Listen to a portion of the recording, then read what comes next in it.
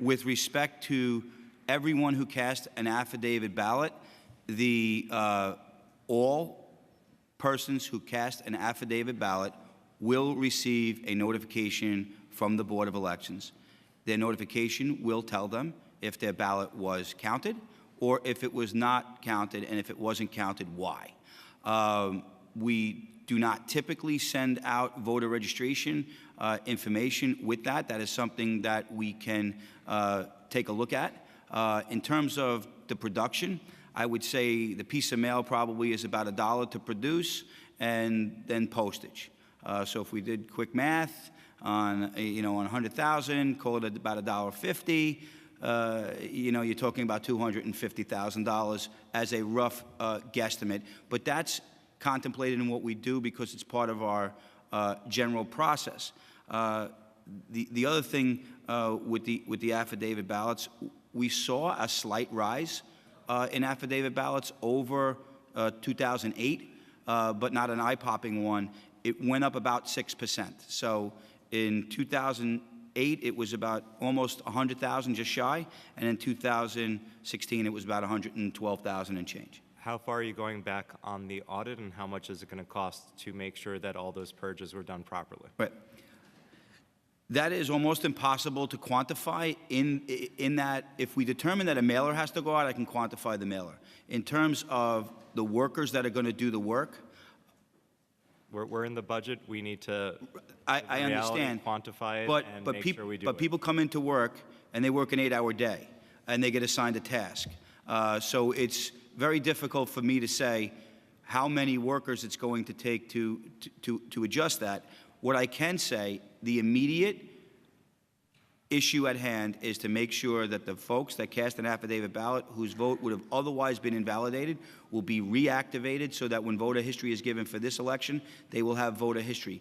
Beyond that, we have to take a look at the entire list of 117,661 to see and make sure that anyone who was improperly purged did not have some other event that would lead to their archiving or purging. And along those lines, there's a voter file. You can see the date that somebody was set inactive, which is required before purging, unless, for instance, the person died.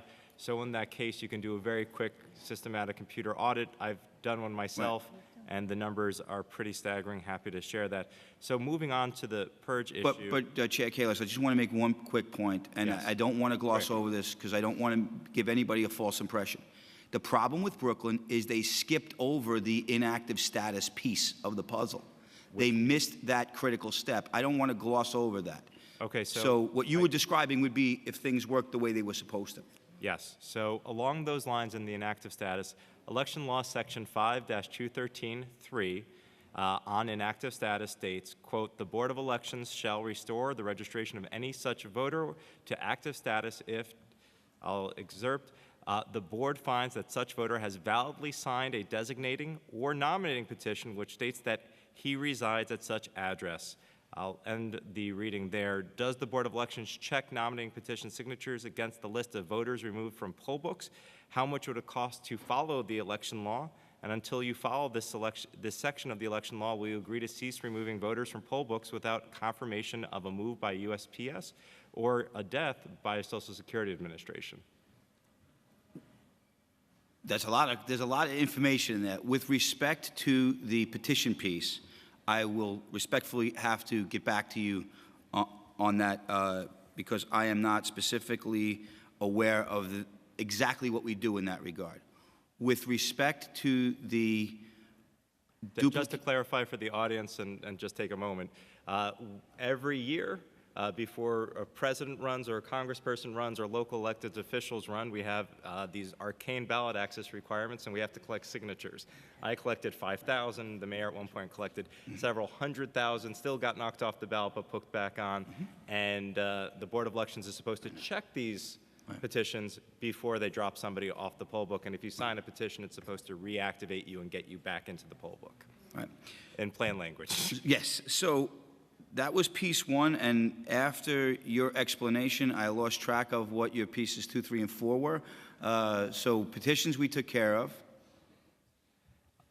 I just want to make sure you're estimating the cost to actually go through the petitions once you determine whether or not that happens, because I have a sneaking suspicion that doesn't happen. And so what are those costs going to be to follow the election law before you purge people from the voter rolls? Understand. And whether or not you will hold off on further purges until that piece of election law is followed. Yes. To be clear, any regular list maintenance that is performed by tasks of the New York City Board of Elections will be held off until after voter certification for the 2016 presidential primary, mostly because of we can't take people off the voter rolls within 90 days of a federal election, which in this particular year basically blocks out the whole year. However, we do get communications from the State Board of Elections regarding duplicate entries, people who have passed away, and people who have been otherwise excluded due to a felony conviction or a declaration of mental incompetence. That type of list maintenance will continue because we get that directly from the State Board of Elections.